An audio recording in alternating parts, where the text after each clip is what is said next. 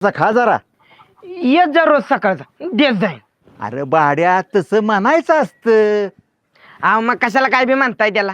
तो का आता बारका राहिलाय व्हय? म्हणजे दिसायला असला बारका तरी तो 10वीत गेलाय. मागितलं पोरानं 5 रुपये तर काय बिघडलं. अरे पुन्हा तशी सवय लागती. पैसे द्या तर शाळेत जातो, पैसे द्या तर जीवीन.